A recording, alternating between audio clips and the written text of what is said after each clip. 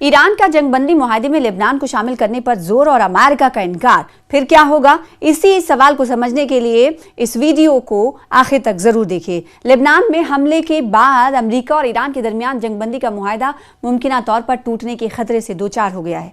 Washington और Tehran के दरमियान गुज़िश्ता रोज तय पाने वाले इस मुआहदे के फौरन बाद बुध को इसराइल ने लेबनान पर खूरेज हमले किए और ईरानी सदर मसूद पेज़ेश्कियान ने बुध के रोज ऐलान किया कि लेबनान में जंगबंदी तेहरान के उस 10 नुकाती मंसूबे की बुनियादी शरात में से एक है जो अमेरिका के साथ हालिया मुआहदे की बुनियाद है। फ्रांसीसी सदर इमानुएल मैक्रों से टेलीफोनिक गुफ्तगू में उन्होंने वाजे किया कि ईरान की जानिब से जंगबंदी की कबूलियत, इसकी जिम्मेदारी और तनाज़ात को जमहूरी तरीके से हल करने की आज़म का सबूत है। उन्होंने याद दहानी कराई कि डोनाल्ड ट्रंप ने भी ईरानी मंसूबे को मुज़ाकरात के लिए काबिल अमल बुनियाद करार दिया था। पेज़ेश्कियान ने फ्रांस के जामिन किरदार की अहमियत पर जोर देते हुए यूरोप से मुतालबा किया कि वो इसराइल और अमेरिका पर अपने वादों के एहतराम के लिए दबाव डालें। ये गुफ्तगू दो फ्रांसीसी शहरियों की ईरान से रिहाई और पेरिस वापसी के बाद हुई, जिन्हें 4 साल कबल जासूसी के इल्जाम में हिरासत में लिया गया था। दूसरी तरफ सदर मैक्रों ने डोनाल्ड ट्रंप और मसूद पेज़ेश्कियान से बातचीत में जोर दिया और ईरान के साथ जंगबंदी का मुआहदा तभी पायदार हो सकता है जब इसमें लेबनान भी शामिल हो। उन्होंने वाजे किया है कि मुस्तकबिल के जामा मुज़ाकरात में ईरान के जौहरी और मिसाइल प्रोग्राम के अलावा आबनाए हरमुज में जहाजरानी में रुकावट डालने वाली पॉलिसियों पर भी बातचीत होनी चाहिए। ताहम ईरानी पार्लियामेंट के स्पीकर मोहम्मद बाकर कालिबाफ ने अमेरिका के साथ मुज़ाकरात को गैर मुंतकी करार दिया क्योंकि उनके मुताबिक 10 नुकाती मंसूबे की खिलाफ वर्जियां हो रही हैं या फिर यूं कहें कि युद्ध विराम टूट चुका है। उन्होंने खास तौर पर लेबनान में इसराइली कार्रवाइयों का जिक्र किया जिनमें बुध को 200 से ज्यादा अफराद जाबाक हुए और सैकड़ों लोग जख्मी हुए। अमेरिकी नायब सदर जेडी वेंस ने ईरान पर जोर दिया है कि वो इसराइली हमलों की वजह से इस नाजुक मुआहदे को खत्म ना करे।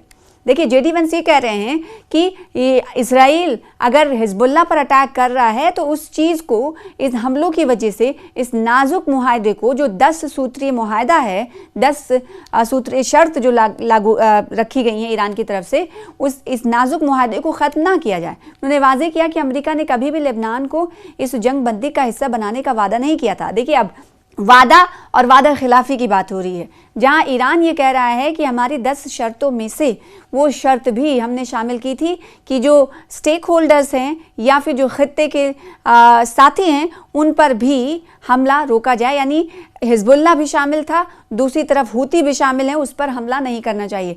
तो दूसरी तरफ ये कहना है कि अमेरिका का कि इन लोगों पर या इन ममालिक पर हमला ना करने का कोई मंसूबा इसमें शामिल नहीं था या फिर हमने यानी अमेरिका ने कभी वादा नहीं किया था।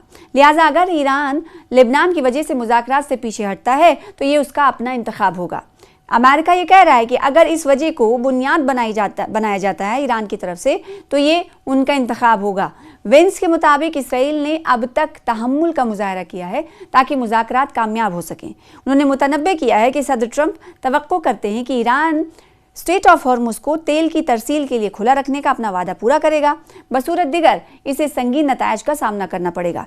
जहां जेडी वेंस से कहते हैं कि अगर इस मुआहदे से पीछे हटते हुए ईरान दिखाई देता है तो ये उसके इंतखाब पर मुनहसिर होगा, और दूसरी तरफ जो बात कही गई है स्टेट ऑफ हॉर्मुज़ को लेकर, हम जो चाहते हैं कि स्टेट ऑफ हॉर्मुज़ यानी अमेरिका जो चाहता है स्टेट ऑफ हॉर्मुज़ खुला रहे, उसको अगर बंद किया जाता है तो इससे संगीन नतायज का सामना करना पड़ेगा। किसको? ईरान को। जेडी वेंस हफ्ते के रोज़ पाकिस्तान में तेहरान के साथ होने वाले मुज़ाकरात में अमरीकी वफ्द की क़यादत करने वाले हैं, यानी इनकी अध्यक्षता में ये बैठक होने वाली है और इस बातचीत पर, इस मुज़ाकरात पर, इस डिस्कशन पर होने वाली सभी की निगाहें टिकी हुई हैं कि क्या जो सीज़ फायर लागू होने से पहले ही टूट गया वो 14 दिनों तक जारी रहेगा या फिर कोई और बात या किसी तरह से रजामंदी निकलती हुई नजर आ रही। जो जानकार वो ये मानते हैं कि अगर सीज़ फायर जो टूटा है उस पर बातचीत होगी, तो अगर बात नहीं बनती है तो इसके नतायज बुरे हो सकते हैं, अंजाम और बुरा हो सकता है। और जो वफ्द जाएगा पाकिस्तान, अमेरिकी उपराष्ट्रपति की अध्यक्षता में जो बैठक होने वाली इस्लामाबाद में, इस वफ्द में स्टीव विटकोफ और जेरेड कुशनर भी शामिल होंगे।